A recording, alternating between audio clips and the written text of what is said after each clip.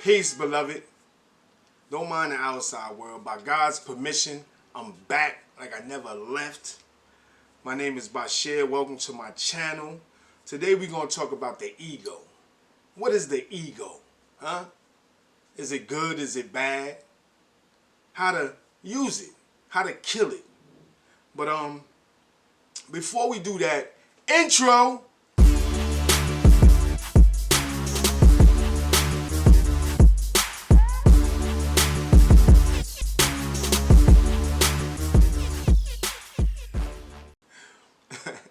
Welcome back, welcome back. Listen, we're going to define ego because a lot of people don't know exactly what an ego is. So, it's a person's sense of self-esteem or self-importance. It's the part of the mind that mediates between the conscious and the unconscious and is responsible for reality and a sense of personal identity. The real meaning of ego, they say, is the self, especially as contrasted with another self or the world. Ego is defined as the view that a person has of himself. An example of ego is the way that you look at yourself.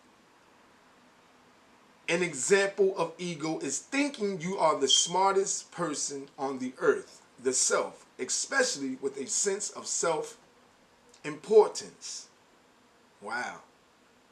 Is ego a bad thing? That's a question a lot of people ask. Is it a bad thing? Is it a good thing? But let's get on this. Is it a bad thing? Is ego a bad thing? Let's see. Let's see what the studies show. It says one study found that healthy doses of ego directly feeds into your willpower, which means it might help you stick to a diet or focus on a major project. For example, an ego can also help you stay resilient when things go wrong. When deployed properly, an ego can also help us grow. So, is ego positive or negative? Let's see. Although the word ego often carries a negative connotation, as the egocentric or egotistical, in actuality, the ego has both positive and negative aspects. From the positive perspective, ego simply means a solid, healthy, and strong sense of self. Okay. So with all that definition, all of that clarity and what an ego is, we're going to listen to this brother tell us a little something about ego. How does the ego affect mental health? The ego creates a false world around self, misleading self in the wrong direction, causing self to malfunction when caught up with reality. Okay, now we heard from our brother in his words, and I want to ask a question. What is a toxic ego? Huh? A lot of people ask that. A lot of people want to know that. It says right here, the ego can create a negative world view or a negative view of others and self. The ego can put inner pressure on us to live up to unrealistic expectations. It skews our view of what is and what should be and takes us away from the reality of the present moment. It can be toxic. Now, with that being said, you know that ego has a negative and a positive. Now that you know what ego is, how are you going to deal with it?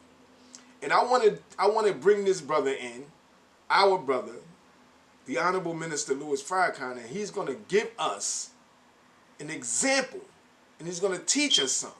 So listen very, very, very, very carefully, and hear what he says, and apply it.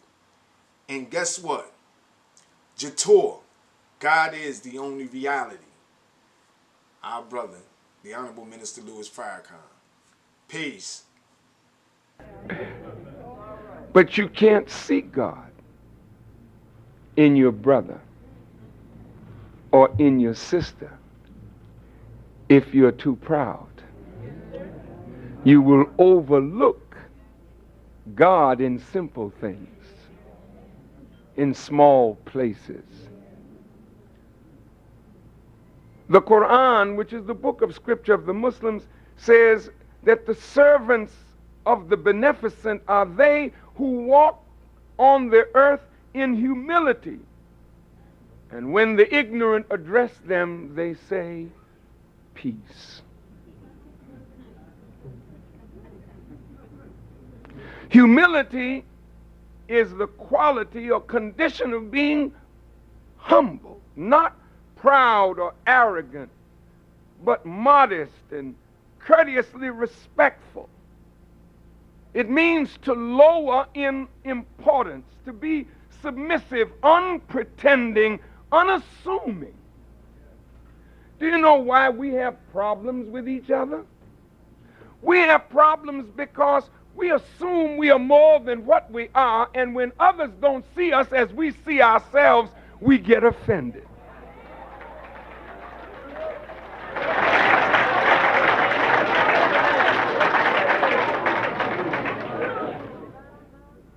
Paul says in the New Testament, we should not think more of ourselves than we should. I love that. Because should is the conditional tense. The mayor is here. That's a condition.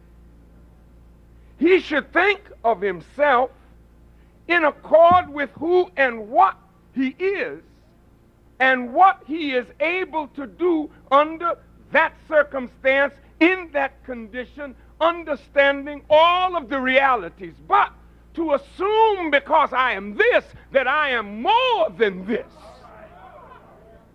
Then when someone does not treat me as I think they should or speak to me as they ought to do, you see, because I'm not just so-and-so, I'm really God.